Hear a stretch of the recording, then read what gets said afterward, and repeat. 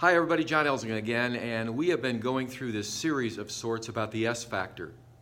As we've been talking about this, we have also been talking about 6 distinct dysfunctional leadership styles that many of us, probably most of us, have a tendency to exhibit often, on occasion, once in a while, but we all kind of fall into this trap.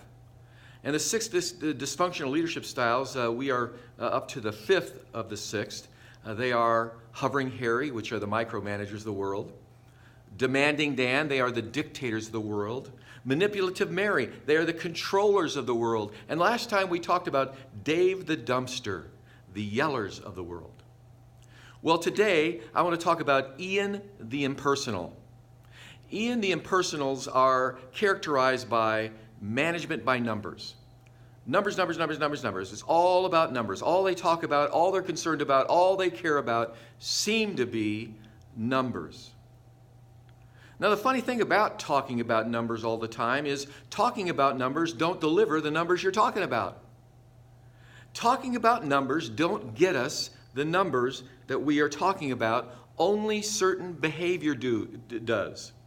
Only behaviors develop and produce the numbers that we covet the most. Only the way that we interact with people and the things that we do will produce the results that we're looking for. And yet, so easily we fall into this trap, a culture almost, of management by numbers. Our team members, our management team, all they begin to think about is numbers. Now, it seems like we are so conditioned by this, that we are so absorbed in this, that we've been doing it this way so long, and so many organizations are guilty of this. We don't know how to do it any way different. We don't know how to stop ourselves from doing it. It's compulsive. It's almost like it's irresistible. We got to talk about the numbers. Now, don't get me wrong. I'm not saying numbers aren't important. They are. We have to take our temperature to see whether we have a fever or not. We need to know the health of our organization. Well, we got to find a way to reprogram ourselves. We got to find a way to do things differently. We have to force ourselves to do this. It's almost like, let's just say we were right-handed, and all of a sudden we had an accident or something, and we lost the use of our right hand. Well, our brain had been programmed right-handed. Now we have to reprogram our brain to make the use of our left hand. Our conditioning about numbers is that strong, and reprogramming is that hard, is that difficult. So the way that we start reconditioning ourselves is to learn how to lead in an S-factor manner. S-factors lead by communicating, referencing, reinforcing, and modeling the behaviors they want their team members to distribute they want them to behave that way.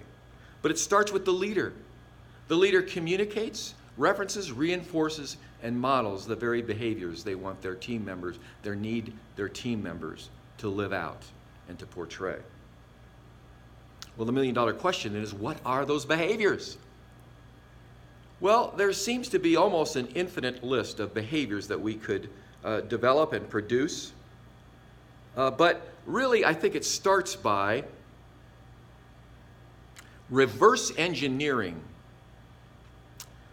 what our customers need, our guests need, our clients need from us when they entertain us, when they come into our organization, when they walk into our retail store. What is it that they're looking for? What is their actual need? And then we work backward from that. Once we know what their need is, what behaviors do we need to exhibit that will deliver to them what they're looking for? We could take an example of a customer wants to know that they're taken care of. So let's just say that you're a retail store, and what the customer wants to know is that when they walk in, they're taken care of by you. So let's say they're looking for a particular widget in a whole group of widgets. Now, we need our team members to take care of them. And so how would they do that? Well, the team member might approach the customer and say just simply, hey, can I direct you to the right spot, the right direction, the aisle that you're looking for? Can I show you what you're looking for? Or as they walk the customer, the guest, the client to the place that they're looking for, and they see this whole rack, this whole row of widgets, they could simply say, now, if you're interested, I could certainly demonstrate and show you the advantages and the benefits of each and every one of these particular widgets. Now, the customer feels taken care of. They feel and sense that you were there for them. And the odds are they will not only purchase that widget, but the odds are they will return again and again and again, and there is a great chance they will tell their friends, the people that they rub shoulders with, how well you took care of them.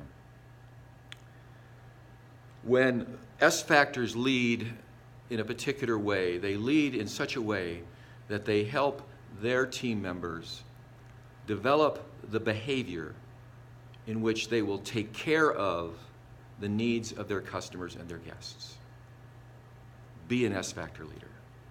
Thanks a lot.